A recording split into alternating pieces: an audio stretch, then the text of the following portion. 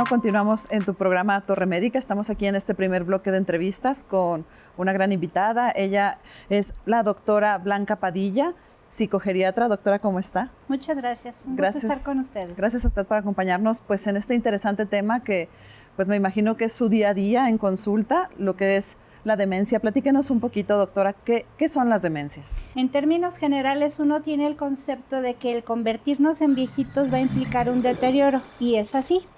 De hecho, una gran parte de los ancianitos va a progresar a una cosa que se llama deterioro cognitivo leve. Son esos ancianitos que pierden las lentes, el monedero, las gafas. Cuando esto no afecta la funcionalidad, es un deterioro cognitivo, pero cuando esto lleva con el paso de los años o de los días, incluso a un proceso evolutivo, se convierte en un síndrome demencial.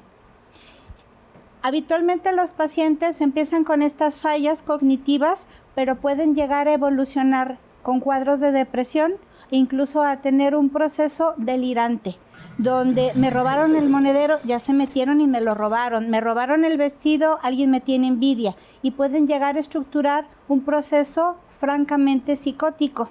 Entonces, habitualmente los pacientitos inicialmente nos llegan solicitando una evaluación por fallas intelectuales, pero mayormente cuando nos piden una evaluación psiquiátrica o es porque están deprimidos o porque el pacientito ya tiene un proceso psicótico donde alucina, donde delira, o incluso un estado confusional o delirium, donde empiezan a hacer episodios crepusculares, empiezan a anochecer y los abuelitos empiezan a agitarse, no duermen, se ponen violentos. Esas son mayormente la sintomatología que prevalece en el síndrome demencial. Entonces, demencia y psicosis van de la mano de acuerdo al nivel de comportamiento en el cual pueden armar algunos aspectos estructurales que lo lleven a condiciones de psicosis. Efectivamente es un hecho que en algún momento muchos de los pacientes demenciados van a tener un proceso delirante, un proceso psicótico. Pero hay una diferencia muy importante. Por ejemplo, hace rato hacían un señalamiento acerca de esquizofrenia. Un esquizofrénico, si bien delira, tiene un sistema delirante sistematizado, tiene una historia, tiene una secuencia cronológica y hay una congruencia. En un abuelito que está psicótico, si bien también va a alucinar y va a delirar, esto no va a estar sistematizado. Por ejemplo, si llega a su casa y dice, esta no es mi casa, me tienen secuestrado. O si me robaron mi monedero, alguien me quiere hacer daño, pero no hay una sistematización como tal. Y habitualmente eso es lo que solemos medicar en este tipo de pacientes. Y los signos y síntomas, Blanquita, primarios que debemos de considerar para tomarlos como un foco de atención en nuestros familiares, en nuestros pacientes, para que tengamos atención en todo ello. Bueno, si bien como les digo, todos vamos a tener el deterioro cognitivo, ya cuando genera un problema mayor es cuando el paciente empieza a disfuncionar.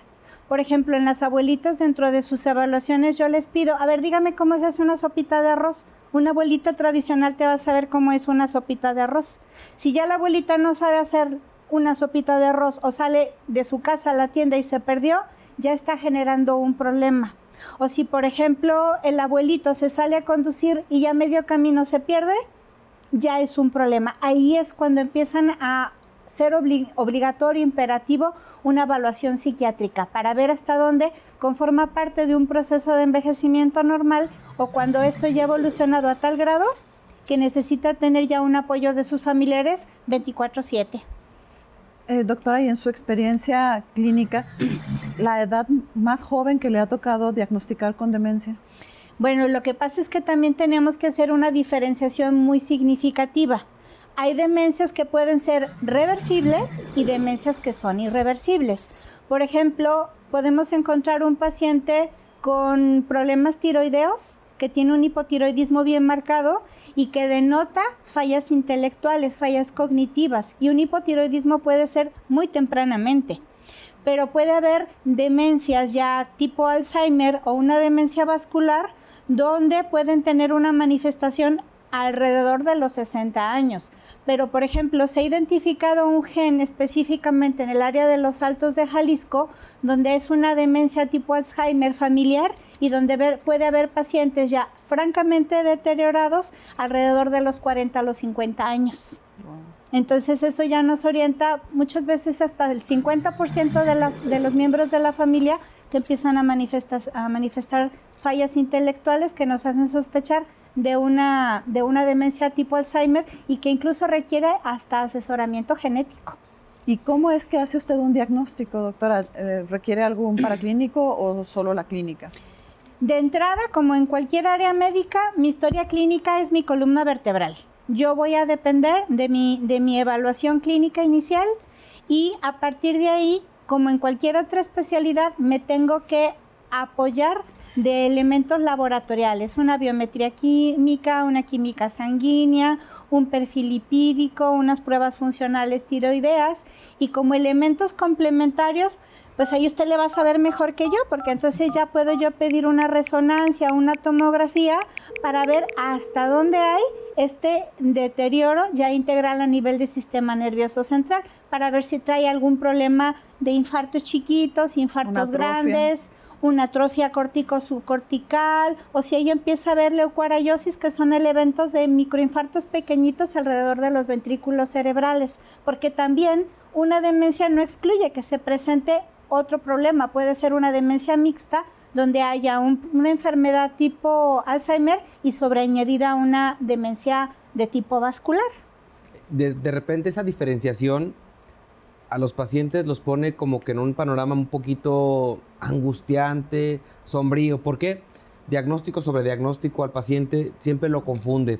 Y entendemos que a la gente cuando hacemos como que una evaluación completa de un paciente y el pedirle todo el panel de estudios nos obliga a hacer explicarles bien por qué tenemos que hacer un abordaje, mayormente en alguien que existen antecedentes familiares, para los que tenemos una familia con antecedentes de trastornos demenciales, ¿sí? Y psicosis, en los cuales no acudimos de manera oportuna a un tratamiento terapéutico, Blanca, en donde nos dimos cuenta de que primero fuimos por todo lo alternativo, sí, y que desafortunadamente llegan a ti en tu consultorio o en el hospital hasta que el paciente ya tuvo una serie de situaciones que con todo lo que se arma estructuralmente ya hasta hubo involucrado Ministerio Público porque la señora le habló a la policía y la tuvieron secuestrada durante días. Aunque todo esto fuera inventado, es cuando magnificamos un problema real que requiere un manejo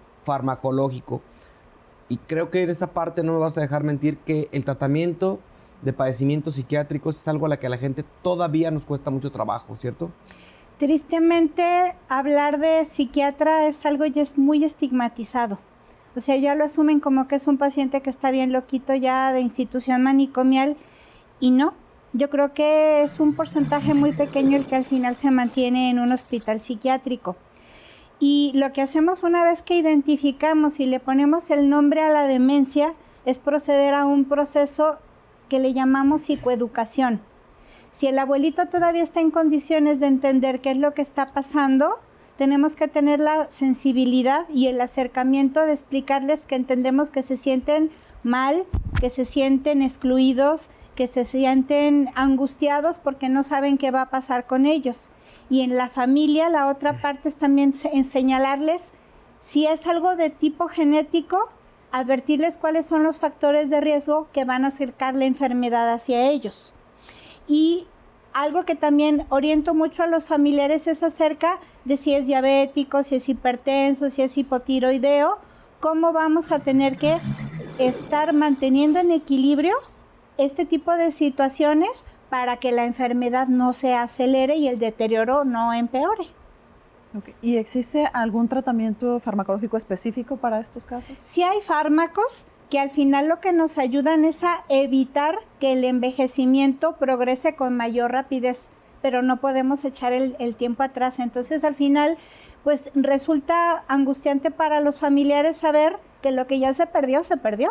Lo que vamos a hacer es evitar que esto progrese con rapidez y que vayan perdiendo la esencia de su ser amado con mucha mayor rapidez. Esa parte integrativa desde cuando uno les propone a los familiares, digo, una de las formas en las que nosotros hemos visto que muchos de nuestros familiares frenan, y yo lo veo en familia directa, que el mantener el cerebro permanentemente ocupado en el aprendizaje, en la lectura, en juegos de destreza mental, sopas de letra, en fin, una serie de situaciones, porque empezamos a dejar que el cerebro, ¿sí?, se ejercite en cuestiones de agilidad mental. Es una parte en la que de repente el no querer seguir aprendiendo algunos aspectos hace que el cerebro se vaya a una parte de reset. ¿Cómo se involucra esto para que la gente lo entendamos? Yo al abuelito finalmente le digo que el cerebro es como si fuera un músculo y hay que mantenerlo bien activo.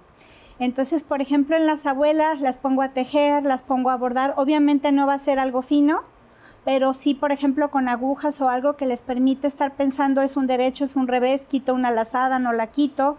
Las sopas de letras es otro punto. A las mamás, por ejemplo, las pongo a que hagan en un cuaderno con puño y letra su recetario. Entonces, esa parte de que lo vamos a mantener como si fuera algo de generación en generación, las hace pensar. En los papás los pongo a trabajar con juegos de mesa, los pongo a escuchar música antigua, los pongo a ver películas o cosas que para ellos simbólicamente les haga recordar y vuelvan a reaprender. Y que no lo vean tanto como algo impuesto, de que a fuerzas tienes que hacer eso, porque de eso están cansados los abuelitos. Desde su perspectiva, ellos siguen sintiendo que son la autoridad dentro de la familia y tener que asumir ser los hijos de los hijos les cuesta mucho trabajo. Es muy doloroso para ellos. Entonces, lo hago como algo lúdico, como algo de entretenimiento, para que ellos lo vivan como algo menos sobreimpuesto. Y esa parte yo creo que es importante que uno como hijo entendamos, y lo vemos los que estamos con padres de más de 75, 80 años, que los que se mantienen en una condición de constante aprendizaje se frena el deterioro. Así Vamos es. a continuar con una parte muy importante que nos hace favor Ruth de compartirnos. ¿Qué piensas saludar? ¿Nos acompañas? Vamos. Vámonos, Beth. Continuamos.